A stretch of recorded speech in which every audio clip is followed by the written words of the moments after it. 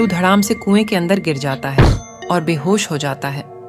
काफी देर बाद जब उसे होश आया तो उसने देखा कि उसके आगे बाल खोले लंबे नाखूनों वाली एक औरत बैठी है।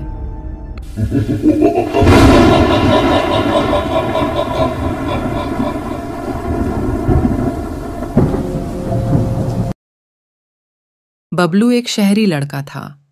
वो गर्मियों की छुट्टियों में अपनी नानी के गांव जाया करता था। उसे अपनी नानी का गांव बहुत पसंद था। इस बार बबलू गर्मी के छुट्टियों में अपनी नानी के गांव जाने की तैयारी करने लगता है। खूब सारे नए नए कपड़े ले जाता हूँ, सारी छुट्टियां वहीं रहकर आऊंगा। नानी के गांव पहुंचते ही उसकी नानी खुशी से झूम उठती है और उसे जोर से गले लगा लेती है। मेरा बच्चा, मेरा लाडला पोता कितना बड़ा हो गया है। तुझे देखने के लिए आंखें तरस गई थी मेरी। चल अंदर चल, थक गया होगा तू। पता है तेरी मनपसंद सब्जी बनाई है। उसे अपनी नानी के गांव में काफी दिन बीत जाते हैं। एक दिन वो खेलते खेलते एक विराम कुएं के पास चला जाता है। उसने आज से पहले इतना गहरा और अंधेरा कुआं कभी नहीं देखा था। कितना अंधेरा है, नीचे लगता है बहुत गहरा है, पर ये कुआं इतना सुनसान क्यों है? इसमें पानी क्यों नहीं रहता होगा? अगले दिन शुभम अपनी नानी से कुएं के बारे में पूछता है। नानी, वो जो घर के पीछे कुआं है वो इतना अजीब क्यों है? वहाँ लोग ज्यादा आते जाते भी नहीं। तुम उस कुएं के पास गए थे। बबलू बेटा, कितनी बार समझाया है, बिना पूछे इधर उधर मत जाया करो और उस कुएं के पास तो बिल्कुल भी मत जाया करो। नानी, पर उस कुएं में पानी क्यों नहीं रहता? वो कुआं श्रापित है। वहाँ कई सालों से डरावनी चुड़ैल रहती है। पूरे गांव में उसका डर फैला हुआ है। सब गांव वाले उस श्रापित कुएं के पास जाने से डरते हैं। अच्छा, क्या किया उस चुड़ैल ने? अरे, वो रात को लोगों के बच्चे चुराकर कुएं पर रख देती है और अलग अलग तरीके से गांव वालों को परेशान करती है। तो मत जाना उस कुएं के पास। बबलू पूरी रात उस श्रापित कुएं के बारे में सोचता रहता है। अगले दिन वो अपने दोस्तों के साथ खेल रहा होता है तो उसके दोस्त उसे बताते हैं। बबलू, तुम्हें पता है उस श्रापित कुएं के बारे में? हाँ, थोड़ा बहुत पता है। नानी ने वहाँ जाने से मना किया है। लोग कहते हैं कि वहाँ चुड़ैल रहती है, बहुत डरावनी चुड़ैल। हाँ, मेरे पापा ने तो देखी भी है। वो अमावस्या की रात को पूरे गांव में घूमती है। उस रात कोई बाहर नहीं निकलता। बबलू कुछ नहीं कहता, पर उसके मन में कई सवाल चल रहे होते हैं। वो कुएं के बारे में और भी जानना चाहता था, पर नानी ने उसे वहां जाने से मना किया था। रात को जब नानी और बाकी लोग सो जाते हैं तो बबलू चुपके से घर से बाहर निकल जाता है और कुएं के पास चला जाता है। बबलू कुएं के अंदर झांकता है। उसे अंधेरे के कारण कुछ नजर नहीं आता। अचानक से बबलू धड़ाम से कुएं के अंदर गिर जाता है और बेहोश हो जाता है। काफी देर बाद जब उसे होश आया तो उसने देखा कि उसके आगे बाल खोले लंबे नाखूनों वाली एक औरत बैठी है। बबलू बहुत डर जाता है और कांपती हुई आवाज में कहता है, कौन हो तुम? मुझे जाने दो, मुझसे गलती हो गई, मुझे जाने दो। डरावनी औरत का जवाब आता है, मैं प्रभा, कई सालों से इस कुएं में कैद हूँ। कई सालों से इसी आशा में हूँ कि आखिर कोई तो होगा जो मुझे इस कैद से आजाद कराएगा और इंसाफ दिलाएगा। कैसा इंसाफ? सालों पहले की बात है। मैं भी एक आम इंसान थी, पर मेरा पति मुझे दहेज के लिए रोज सुनाई करता था। वो शराब पीकर आता और मुझ पर जुल्म करता। मैंने जब इसके खिलाफ आवाज उठानी चाही तो उसने मेरी हत्या कर दी और मेरी लाश इस कुएं में फेंक दी। तब से लेकर आज तक मैं रोज लोगों से रो रो कर इंसाफ की भीख मांगती हूँ, पर लोग मुझे एक श्राप समझते हैं, मुझसे डरते हैं। तुमने कभी किसी से कहा क्यों नहीं? तुम्हारे पास तो शक्तियाँ हैं ना, तो तुम अपने पति की सच्चाई सामने ला सकती हो। हाँ, पर लोग मेरी बात ही नहीं सुनना चाहते। वो मुझसे डरते हैं। सब सोचते हैं कि मैं बहुत बुरी हूँ।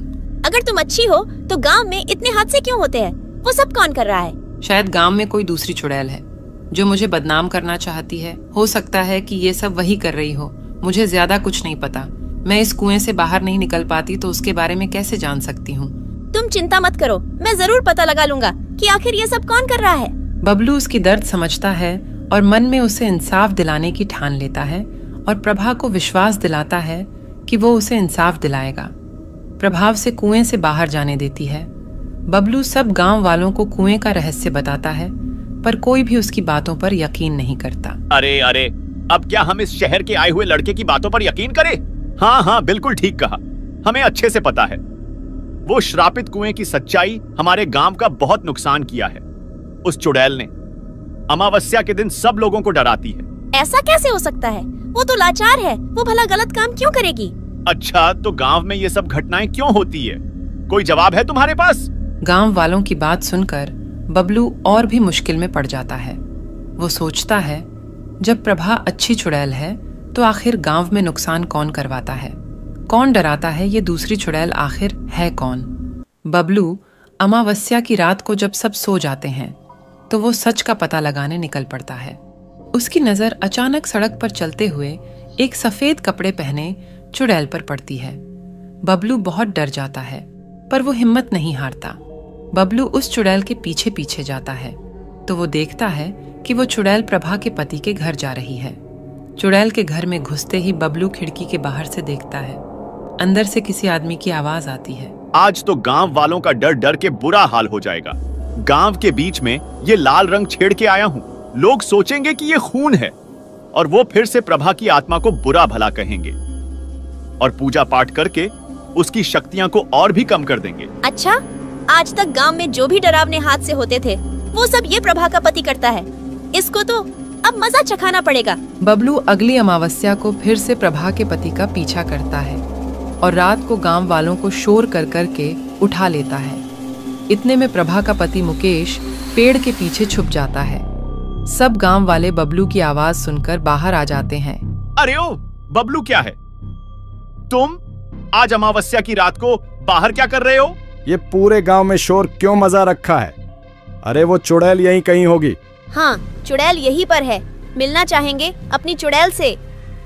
बबलू पेड़ के पीछे से मुकेश का हाथ खींच कर लाता है और सभी गांव वाले ये देखकर हैरान हो जाते हैं।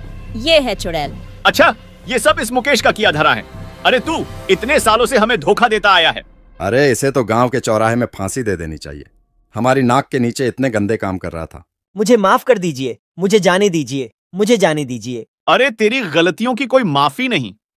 तूने कितने बेकसूर बच्चों के जीवन के साथ खिलवाड़ किया है। यही नहीं, अपनी पत्नी का हत्यारा ये खुद है। इसने उस पर बहुत जुल्म किए, दहेज के लिए उसकी हत्या की। अरे पर ये सब इसने किया क्यों? इसी से पूछ लीजिए, अपने मुंह से खुद ही बताएगा।